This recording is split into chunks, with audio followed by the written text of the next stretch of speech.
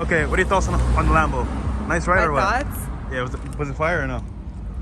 Obviously, it's fucking fire. I'm wearing my sunglasses in the dark because my ego is so big now. Our cucumber's green. Of course, it's fire. No, it's beautiful. It's amazing. Too bad she missed the ride, but she had her own car. It's like, Ready to get lit? I mean, clearly, I'm literally wearing my sunglasses before we even get in the club. She's already lit. I'm too What do you lit. mean she's She's already lit. He's already I'm lit. already embarrassing myself. I'm ready to do more. Yo. I'm doing too much already. She's already Let's lit. go. She's already lit. No, but honestly, I love Booby Trap on the River. Like, Nah, this it's is the lit. best club in Miami. You been here or no? Yeah, of course. Okay. Of course. I was here last week. You've been everywhere, huh? Oh, you've been all over, Stop huh? snitching. Yeah, you've been doing that a lot. Holy shit. You've been doing that a lot. Like, I love, like, I'm not gonna lie to you. Okay, You missed a ride, girl. this is, I sure did. Like, off the record. You missed it. I feel like there's, you're just like, You Couldn't keep you up did- either. I'll tell you that. Yeah, you did pretty good, but not good enough. But did you see how the cop Yes. asked me? But you know what's funny? He looked in the car. I was like, he's like, Yes. I'm like, fuck. I thought he was gonna pull me over. I was like, oh shit. No, he definitely flashed me because I cut him off. But Yes, I was trying yes. to keep up with you. I'm I like, know. listen, I feel. I don't know what you want from me. That's the fucked This up is- part. This little hotness got to keep up. No, but I'm just gonna say the Lamborghini definitely gave me enough of an inflated sense of ego that I'm walking into this club right now with a hoodie on and my sunglasses, And the sunglasses on. Like I'm fucking 6'9" or something. There you go. There you Like I'm go. about to take them off. But anyways, yeah. It's lit. She's texting her sneaky link. I have 0 sneaky links right now. Whatever. I'm taking applications. Yeah. I'm taking applications. I have no. Huh? No, I just got. You know why? Because Because girls be capping. Y'all be capping all the I time. just got dumped 2 days ago. Some girls really don't want to fuck with guys. That's true, but let's be honest here. Oh, I left You- my ID and my shit in the car. Y'all ready for this show? Wait, roll it. Whose glasses are those? I don't know. I just found him here. Everybody on Do Not Disturb That's for me. anyway. I thought these were for me. It's the baddie Are those for you? Isn't that your sunglasses? Chi. Oh yeah, shot what? Me? You got your glass? You didn't put these The over for hater me? blockers. Okay. City girls. Fucking all the haters. I like it. I like it too. 1,000 Be a points. fire show today. It's gonna be. I'm excited. I'm very Go. excited. City girls up by 1,000. Nah, city girls are down right now. No, They're getting caught. We started in the negatives. no, City Girls are up right now. Sweetie was just a little baby. City Girls are up for better or worse. Yeah, but he said that they weren't dating. He said it on the internet. The chicken nuggets were still there. They were together. City Girls are up. Thank you. Wait. I got a purse. Hold up. I don't have a phone. Yeah, gonna be a lit show rolling once again.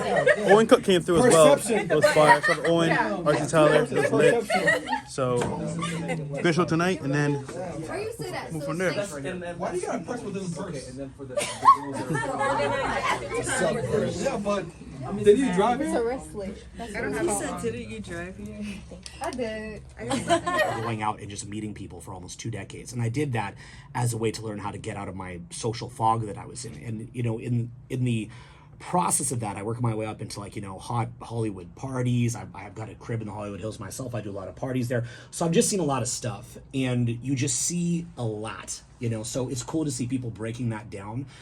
Something that you guys didn't go into, and maybe you've gone into it in other podcasts, but like something that you'll talk about is the female imperative. And so that's the way that I interpret that, and I think there's many ways you can interpret, just so my take on it is the idea of collectivism, to where people kind of unconsciously collectively adopt a certain set of ideas as sort of a way, like, to protect the collective in a way, right?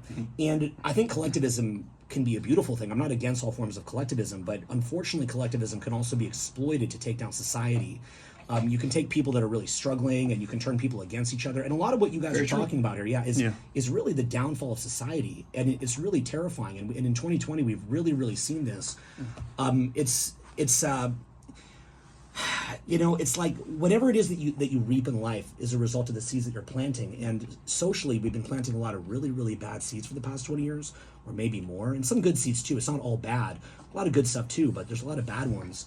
And, you know, now it's getting to the point where, you know, the kind of conversations that you guys are having, like, some people might look at the conversation that you guys are having here and be like, oh, well, you know, why are they saying that stuff? And, like, at a certain level, it could look like, oh, like a bunch of guys getting together trying to get laid or things like that. But, like, it's literally trying to save guys' lives from suicide. And this is something that is not talked about, is people that are being talked off the ledge, because we don't tend to think of guys as having a high suicide rate. I know you've actually addressed that in your books and things like Several that. times. Yeah, several times. But it's not something that like people don't realize. Like a guy like myself, when I was in that social fog and just feeling an inherent sense of wrongness and not understanding the way that things are, well, that wasn't something that made me mad. That was something that empowered me to go and take action so that I could get a better result, so that I could sit on the other side of it and kind of, you know, sympathetically look at people and be like, oh, that's too bad that they don't get that. So the main key, if I'm somebody who's taking this in, is to realize that there are larger social agendas. I mean, I just came back from you know, a meeting with people who were in the previous administration's State Department. So, you know, I hear things at a lot of different levels. Like I hear things from the top. I've been kind of lucky. Like I've worked with people in big tech. I've worked with people in all different industries. I do a lot of one-on-one coaching and that kind of stuff, people that are successful. So I hear the different sides of these things. And, you know, a lot of what's happened, including in 2020 and with a lot of pretty crazy stuff that we can't really get into here for reasons that I'm sure you're aware. This is part of a larger agenda that is meant to really rip people apart. And so it's just, it's sad. You know, it's funny because I actually enjoy all humor, so I enjoy it, but it's also sad. And we've got to get our stuff together socially, or we're going to be in really, really big trouble. And, you know, if your audience doesn't see the bigger picture of 2020, they need to wake up, you know, and so, and this is going to go off the rails. So I actually spent the past year pretty much, and you guys are going to laugh at this. So after years and years of like Hollywood parties and this stuff, so I'm used to being like, you know, I live in LA and I do parties and I go to my friends' parties, we go to nightclubs. I couldn't do that, right? So, you know, imagine me, I run a seminars company. I run an 8-figure seminars company. And all of a sudden I can't do seminars and I can't go out to bars and clubs. So like my whole life is like ruined. It's like, I hate this. You know, yeah, I'm super frustrated. So what I did instead was I went out into the forest for almost a year and a half now. So I've literally been to almost every national park, all through the forest. I drove it. I actually wanted to get more, like, I know it's kind of whatever, but I kind of just, I'm 42, I'm getting up there. I want to be a little bit more connected to the land, get connected to the country, like understand what's out there. And I just went into nature and just worked on making new videos and going a little bit deeper and kind of reflecting on the past 20 years of experience and, you know, work like what you guys are doing or work like what you're doing and learning from that as well as my own experience and kind of combining that and thinking a lot about the bigger social is that I work better. This nigga trying to copy my style, but it's all good because you know what? We're winning today, okay? That's all. That's all I'm gonna say. Fresh. Yeah. Listen, man.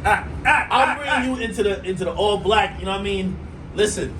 It hides the curves. Well, first of all, not only does it hide the curve, but you see me, I'm not the nigga who can match with the accents and the blues and the reds. So you know what I do? I keep it mostly all black. Black goes with everything. That's the only time I match. I learned that from being on the show called Everyday Struggle. They would be like, yo, what the fuck is this nigga wearing? His hat look like this, his hat is camo, his shirt is white, and his jeans are blue. What the fuck going on? What, dressed in the dark? All black always works. Remember that, okay? All black, but everything works. Besides copying my style, I can still my dog. And guess what? This weekend is gonna be lit. Art Basel, we're going out, right? We got lit this weekend? We out?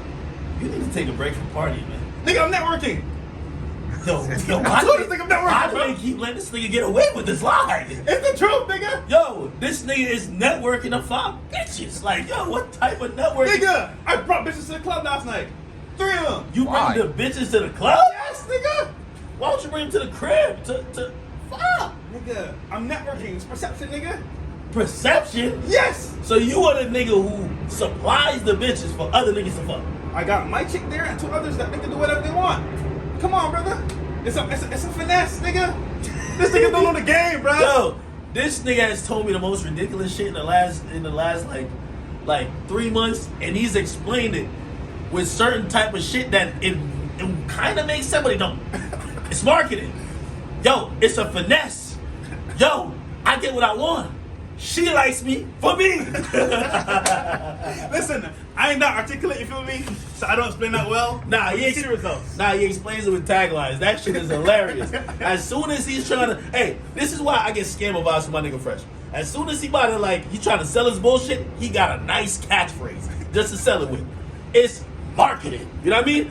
So now you want to get into all this like shit, and you're into marketing. So the bullshit he tell you, like, oh, that's why I don't get it. It's marketing.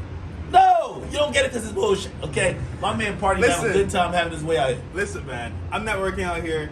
This nigga's doing his own thing as well. That being said, about to do a show right now. You gotta delete that being said.